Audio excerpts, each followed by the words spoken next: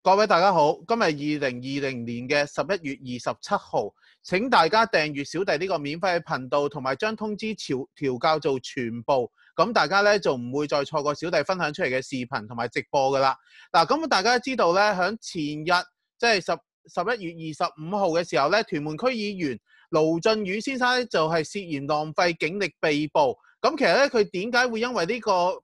罪名咧而被捕咧？原因咧就係佢之前咧就喺 Facebook 咧發文話俾警方咧係帶去警署，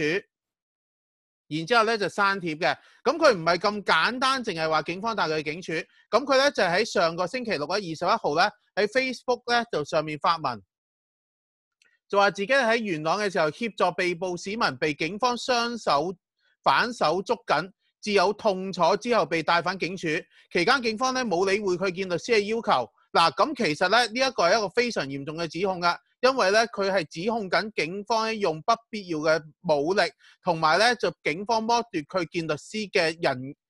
人權。嗱，咁所以咧其實咧呢一個指控咁嚴重，佢跟住落去咧佢已經刪除咗佢呢篇文章啊。好老實講，佢知道瀨嘢㗎啦。咁但係咧就警方咧因為之前已經見到佢呢篇啦，咁所以警方咧喺24號咧喺 Facebook 發文已經澄清咗，話盧俊宇當日其實根本冇被捕，亦都冇帶返警署。咁即係話咩咧？咁即係話佢所講嘅全部都係大話。嗱，咁呢啲咁嘅大話咧，我相信佢唔會為咗好玩啊，因為盧俊宇係一個區議員，佢係一個成年人，佢唔係一個青少年，佢唔會為咗好玩去做呢啲嘢㗎。咁所以咧，其實佢係為咗咩目的去做啲嘢咧？我相信咧，大部分人都會同小弟一樣嘅諗法㗎啦。佢係為咗想抹黑警隊啊，導致咧要加深咧市民對警方嘅仇警情緒，咁所以佢先做啲咁嘅事咯。咁但係咧，今次咧就係警方咧就係用一條罪行咧，就話浪費警力咧就拘捕佢。咁就到底呢條罪行咧係詳細係點嘅咧？咁其實咧，我哋可以睇翻。呢一個咧，其實係第221章刑事訴訟程序條例入邊嘅第91條嘅第2節嚇。咁呢個就係話，如果某人明知而任何人作出虛報，內容傾向於顯示已有人犯某個罪行，或者傾向於對任何人或者財產安全引起憂慮，或傾向顯示佢對警方嘅調查關鍵作用嘅資料，因而導致任何警力嘅浪費，即屬有罪。嗱，咁其實點解要告佢呢條罪咧？相信咧好大嘅原因咧，就係因為咧，事實上香港未有一條咧喺網上面發布假消息嘅正式罪行㗎。嗱，咁而家呢條罪行咧，一經定罪咧，可被罰款2000蚊同埋監禁6個月。大家覺得好驚唔驚嚇啊？梗係唔驚嚇啦，我都覺得唔驚嚇啦。罰2000蚊同埋監禁6個月，但係如果俾佢成功真係撩撥到啲市民去繼續仇警嘅話，香港要負擔幾多損失啊？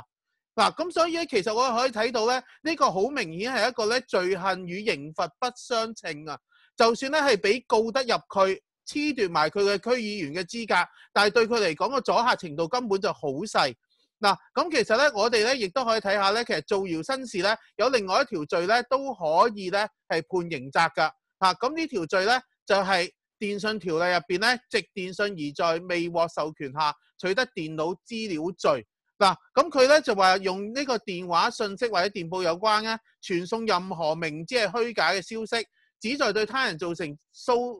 煩擾或者不便咧，或者令他人產生不必要嘅憂慮咧，可被判處罰款1000蚊同埋罰監禁2個月。喂，比起上嚟，比呢個咧浪費警力罪仲輕嚇，更加冇阻嚇力咯。其實大家咧即係正常嘅香港人都會好似小弟咁咧，我哋咧深深咧為去年香港啲媒體所報道嘅假新聞咧，係覺得非常非常之憤怒啊！亦都為咧佢哋不斷咁抹黑。一路係咁幫我哋香港人咧守護我哋嘅人身安全、財產安全嘅警隊們咧，一路抹黑佢哋咧，令到小弟咧同埋大部分香港嘅正常人都覺得非常之憤怒㗎。嗱，咁但係咧，其實香港真係冇一條條例咧，可以咧去保障翻，就係呢啲咁嘅虛假消息做出嚟嘅時候咧，佢哋會唔會負擔翻相應嘅罪責咧？嗱，咁其實咧呢一樣嘢咧，香港未做，但係附近咧，我哋咧亞洲咧可以話係全世界最安全嘅城市新加坡，其實佢已經做咗啦。嗱，咁其實我哋可以睇到咧，新加坡咧已經係通過咗呢個咧新法例打擊假新聞，散播者最高係囚10年。嗱，咁其實咧呢一條條例叫 Protection from Online Falsehoods and Manipulation Bill。嗱，咁其實咧呢一條條例，如果係故意咧係做啲假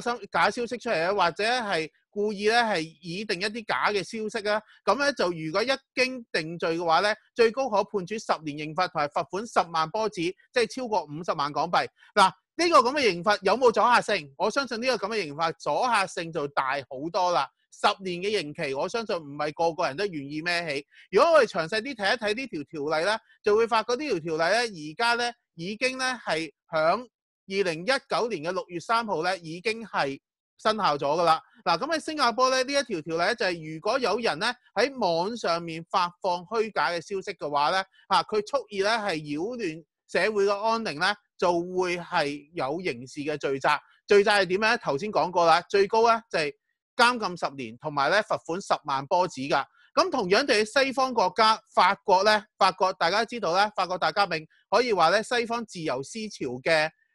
嘅老祖宗嚟㗎嘛。咁但係咧喺法國咧，亦都通過咗一條咁嘅條例，呢一條咧就叫做假新聞法。嗱，咁其實呢條假新聞法咧，嚴格上嚟講，佢亦都係一個咧係玩弄資訊、製造虛假消息嘅刑事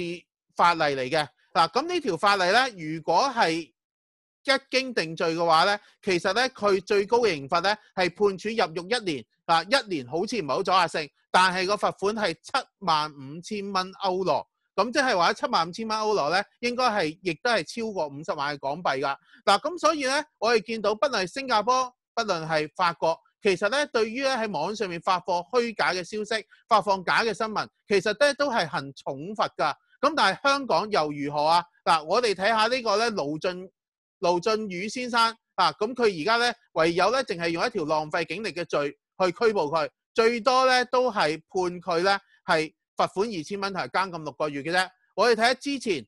呢個咧新地盤工製造新屋嶺嘅謠言，結果佢自己認咗罪啦，判刑判咩啊？160個鐘頭嘅社會服務令。831一件咁大嘅事，可以話咧新屋嶺嘅謠言同埋831嘅謠言咧，就係導致全香港好多無知嘅市民佢去仇警嘅情緒，可以話因為呢兩個大話嚟嘅。嗱，咁其實831咧亦都見到啲死者全部復活晒啦。咁咧即係話之前咧講話831死人啊，話警方打死人，全部都係大話嚟嘅。但係結果咧有冇人受罰咧？對唔住，到而家都未有。咁其實咧我哋見到咧相對翻新加坡，相對翻法國咁遠唔好講，相對翻新加坡，真係咧有一條條例咧，防止咧真係有人惡意咁樣咧，就喺網上面傳謠言。但係點解香港嘅法例咧係完全冇保障到呢樣嘢咧？咁其實咧小弟咧好希望即係今次唔單止咧係一次個別嘅事件，我哋可以睇到咧，其實喺嗰班唔正常嘅香港人，包括而家有好多選擇區議會嘅，其實佢哋一路都係用緊啲謠言，亦都係包括埋傳媒咧一路用緊啲謠言咧去誣惑呢個咧香港嘅無知市民。咁其實咧，如果我哋冇一條法例咧去打擊佢哋呢個舉動嘅話咧，咁我哋又點樣咧可以確保咧香港嘅社會咧真係可以回復安寧咧？咁所以咧，小弟好希望咧當局可以咧喺呢段時間立法會叫做清咗啲淤血啦，正常翻啦，盡快立一條假新聞法將呢條法例咧盡快生效，可以咧打擊呢啲咧不論係傳媒或者係一啲咧唔正常嘅香港人個別喺網上面發放嘅虛假消息，可以令到咧杜絕呢一樣嘢，咁樣我哋先有望咧可以盡快令香港嘅社會回復翻正常。好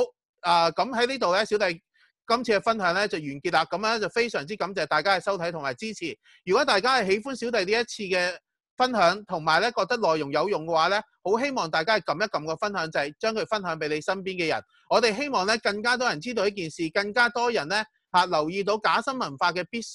必要性咧，係真係可以咧促使當局係盡快立呢條法例嘅。好，再一次感謝大家嘅收睇，我哋下一個話題再傾過。